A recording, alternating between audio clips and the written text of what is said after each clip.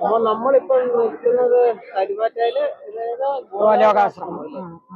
ഇവിടെ എന്തോ വരുന്നു, സപ്താഹമായിരുന്നു. അതെ അതെ അതെ. അല്ല ഇവിടെ ആരെന്താ അല്ല, നീ കേട്ടിട്ടില്ലേ, ലോകത്തൊരു സത്യസന്ധനായ സന്യാസി ഉണ്ടെങ്കിൽ ശ്രീരാമഭദ്രാനന്ദ സ്വാമി തിരുവടികളിൽ നിന്ന് തന്നെ പറയാം. കാരണം അദ്ദേഹത്തെ പോലെ ഒരു എന്താ പറയുന്നത്, നമ്മളുടെ സങ്കല്പത്തിലുള്ളതും പുരാണങ്ങളിലുള്ളതുമായ സത്യസ്വരൂപനായിരിക്കുന്ന ഒരു സന്യാസി ഇല്ല വേറെ. എന്നെ സംബന്ധിച്ചിടത്തോളം ഇദ്ദേഹം ചിങ്ങോലിലാണ് ഭൂജാതനായത്. അവിടെ നിന്നാണ് അദ്ദേഹത്തിന്റെ പിതാവിന്റെ നാടാണിത്. അദ്ദേഹം ഇവിടെ വന്ന് 1 സെന്റിനകത്താണ് ആദ്യം അദ്ദേഹം ഒരു ആലിന്റെ ചുവട്ടിലാണ് അദ്ദേഹം ഇവിടെ വന്നിരുന്ന് ധ്യാനം തുടങ്ങിയത്. അദ്ദേഹത്തിന്റെ വളരെ ബാല്യത്തിൽ തന്നെ അദ്ദേഹത്തിന് ഭഗവാന്റെ ദർശനം കിട്ടിയതാണ്. പിന്നെ ഇവിടെ ഓം നമോ ഭഗവതേ വാസുദേവായ എന്നല്ലാതെ വേറെ ഒരു മന്ത്രം ഇല്ല. അപ്പോൾ ദ്വാദശാക്ഷരി മന്ത്രത്തിന്റെ പ്രത്യക്ഷ സഗുണ സ്വരൂപം എന്ന് തന്നെ വേണം പറയാൻ ശ്രീരാമഭദ്രാനന്ദ സ്വാമികൾ. ഇവിടെ ഒരു നോട്ടീസോ മറ്റു കാര്യങ്ങളോ കമ്മിറ്റിയോ മീറ്റിങ്ങോ ഒന്നും വേണ്ട. 2 സപ്താഹമുണ്ട് ഒരു വർഷത്തില്. അല്ലാത്ത എല്ലാ ദിവസവും ഓം നമോ ഭഗവതേ വാസുദേവായ എന്നുള്ള മന്ത്രമാണ് ജപം. പരമ്പരാഗതമായിട്ട് ഇവിടെ ഒരു സ്വാമിമാരാരെങ്കിലും ഉണ്ടായിരിക്കും, ഇപ്പോഴും ഉണ്ട്. അവര് ആ ഓം നമോ ഭഗവതേ വാസുദേവായ എന്നുള്ള മന്ത്രം ആൾത്തറയില് ജപിച്ച് അവിടെ കർപ്പൂരം കത്തിച്ച് ആരെങ്കിലും വരുന്നവർക്ക് ഇത്തിരി കൽക്കണ്ടമോ ഒരു ഭസ്മവും കൊടുക്കും. അങ്ങനെ അല്ലാതെ പിരിവോ അങ്ങനെ അല്ലാതെ മറ്റു കാര്യങ്ങളോ ഒന്നും തന്നെ ഇവിടെ ഇല്ല. പക്ഷെ ഇവിടെ 2000 പേരും ഭക്ഷണം കഴിച്ച് പോയിട്ടുണ്ടെന്ന് തോന്നി. ഇന്ന് 2000 4000 ഇതങ്ങ് കൂടും. ഇപ്പൊ ഇന്ന് സപ്താഹം 4-ാം ദിവസമാണ്. എത്ര പേര് വന്നാലും ഇവിടെ ആഹാരമുണ്ട്. ശ്രീരാമഭദ്രാനന്ദ സ്വാമി തിരുവടികളുടെ ഒരു പ്രത്യേകത അങ്ങനെയാണ്, ഒരിക്കലും ഇല്ലാതെ വരത്തില്ല. അപ്പം നമ്മൾ പറയുന്നത് പോലെയൊന്നുമല്ല കാര്യം. അനേകം പരിശുദ്ധാത്മാക്കളായിരിക്കുന്ന മഹർഷിമാര് നമ്മുടെ ഈ ലോകത്തുണ്ട്. എനിക്ക് പ്രത്യേകിച്ച് ശിവപ്രഭാകര സിദ്ധിയോഗീശ്വരന്റെ ശിഷ്യനാണ് ശ്രീരാമഭദ്രാനന്ദ സ്വാമി എന്നുള്ള അറിവുണ്ട്. അതായത് ശ്രീരാമഭദ്രാനന്ദ സ്വാമി നമസ്കരിച്ചിട്ടുണ്ട് ശിവപ്രഭാകര സിദ്ധിയോഗീശ്വരന്.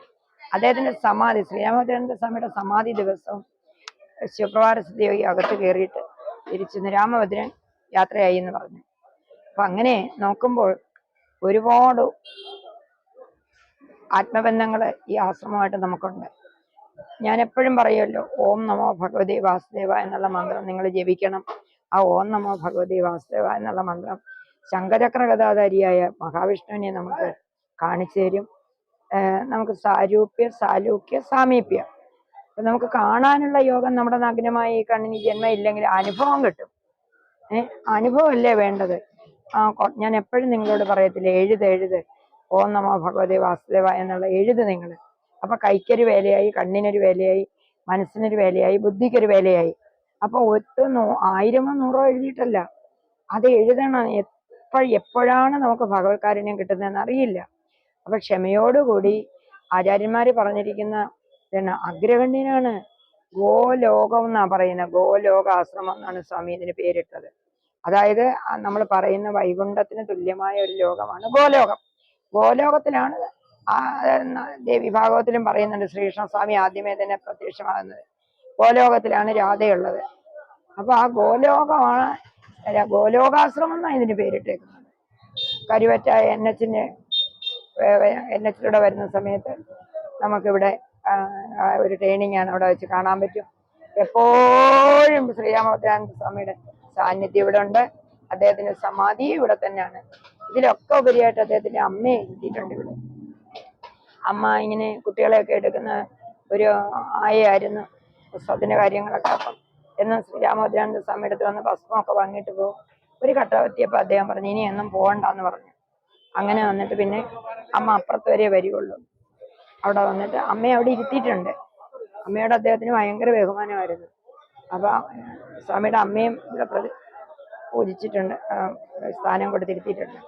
അങ്ങനെ നോക്കുമ്പോഴേ ഒരുപാട് ഇവിടെ വന്ന് എന്ത് പ്രാർത്ഥിച്ചാലും സാധിക്കും. സത്യം വേണമെന്നേ ഉള്ളൂ. നമ്മളെ സംബന്ധിച്ചിടത്തോളം ഇവിടുന്ന് ആദ്യമായിട്ട്, അതായത് പ്രഭാകര സിദ്ധിയുടെ സമാധി ദിവസം ഒരു സ്വാമി എനിക്ക് ഹരിപ്പാട്ട് വെച്ച് പ്രത്യക്ഷമാകുകയാണ്. ഞാൻ സമാധി അറിയിച്ച് ഇപ്പൊ പോകാനായിട്ടൊക്കെ ടാക്സി പിടിക്കാനായിട്ടൊക്കെ ഞാൻ ഹരിപ്പാട്ട സുബ്രഹ്മണ്യ സ്വാമി ക്ഷേത്രത്തിന് മുമ്പ് ഞാൻ നിൽക്കുകയാണ്, വളരെ ദുഃഖിതയായിട്ട് നിൽക്കുകയാണ്. അപ്പോൾ ഒരു സ്വാമി പ്രത്യക്ഷപ്പെട്ടിട്ട് എന്നോട് പറഞ്ഞു, ആ ശരി, ഇനിയൊക്കെ ശ്രീരാമഭദ്രനുമായിട്ടൊന്ന് ബന്ധപ്പെട്ട് നോക്കട്ടെ എന്ന് പറഞ്ഞു. എന്നിട്ട് പറഞ്ഞു, ഇങ്ങനെ അദ്ദേഹം ഫോൺ വിളിക്കുന്ന പോലൊക്കെ ആക്ഷൻ കാണിച്ചിട്ട് പറഞ്ഞു, ശ്രീരാമഭദ്രൻ പറഞ്ഞു നിന്നെ നോക്കിക്കോളാന്ന് പറഞ്ഞു. ഇങ്ങനെയൊക്കെ പറഞ്ഞിട്ട് ഇദ്ദേഹം അങ്ങ് മായുക. അതിനുശേഷം ഇദ്ദേഹം അവിടെ നമ്മുടെ ചിങ്ങോലിലെ വീട്ടില്, പൂർത്തിയാക്കാത്ത വീട്ടില് ആ ചുവരിലൊക്കെ ഓം നമോ ഭഗവതേ വാസുദേവ എന്നെഴുതി ഈ സ്വാമി അവിടെ വന്ന് 3 മാസം താമസിച്ചു.